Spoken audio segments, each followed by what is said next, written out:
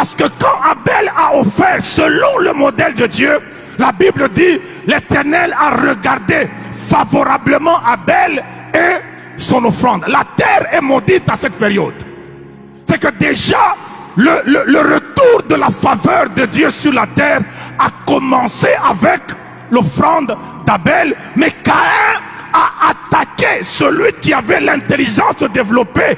Il l'a abattu, il l'a tué. Entre la mort d'Abel et la levée de la malédiction du sol, il y a à peu près 1656 ans. Il fallait attendre que Noé vienne faire ce que Abel avait développé. C'est que des générations ont été condamnées à vivre sur une terre maudite parce que quelqu'un a attaqué celui qui avait l'intelligence de développer. Attention, lorsque vous avez des gens qui ont une intelligence de développer les choses à côté de vous, apprenez à les arroser parce que ils sont une bénédiction pour plusieurs générations. Des églises, des communautés ont perdu de la vitesse parce que ils ont attaqué quelqu'un qui avait l'intelligence de développer. Et si rapidement, la gestion de ces choses exige la prudence. Je voudrais parler à un Abel aujourd'hui. Abel signifie vapeur, ce qui ne traîne pas. Comment est-ce que tu peux mourir à l'époque où la longévité atteint jusqu'à 960 ans, mais toi tu meurs jeune, Abel?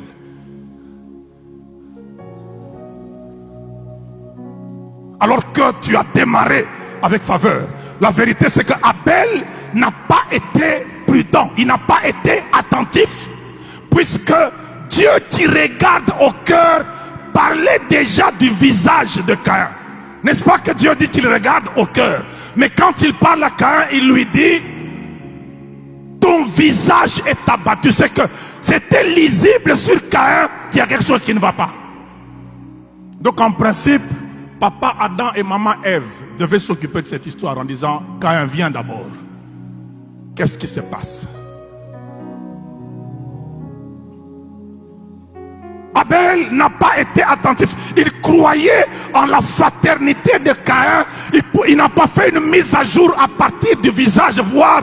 Est-ce que, mes frères, quand quelqu'un ne t'aime pas, tu finiras par le voir. L'amour et la haine, c'est comme l'éternuement, ça ne se freine jamais. Ça finira par sortir. On ne bloque pas la haine et l'amour à toujours, ça sort.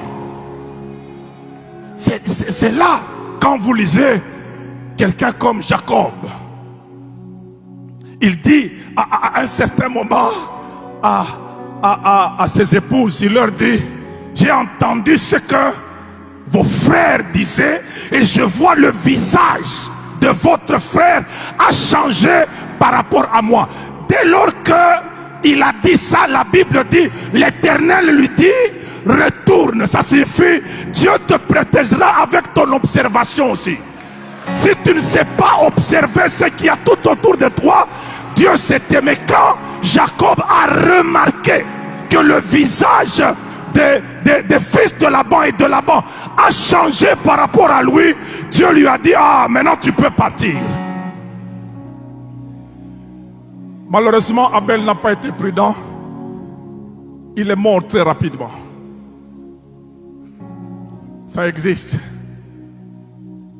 Les faux frères. Ça existe. Tu peux aimer, mais pas toujours de près. Parce que Dieu est même un Dieu qui peut déclarer l'amour à Jérémie de loin. Il dit à Jérémie, de loin, je te déclare, je t'aime de l'amour éternel. Il dit de loin. Tu peux aimer de loin. Tu peux respecter sans te rapprocher. Je te conseille d'aimer tous, mais de ne pas t'approcher de tous, surtout quand tu sais que tel n'a pas bonne opinion, n'a pas un bon visage par rapport à moi. Tu as tous les droits de te préserver. Et sinon, tu vas devenir une vapeur. Tu vas traîner pour quelque temps. Là où les gens atteignent 960 ans, toi tu meurs jeune. Abel. Abel. Regardez des gens comme Ésaü que nous venons de lire.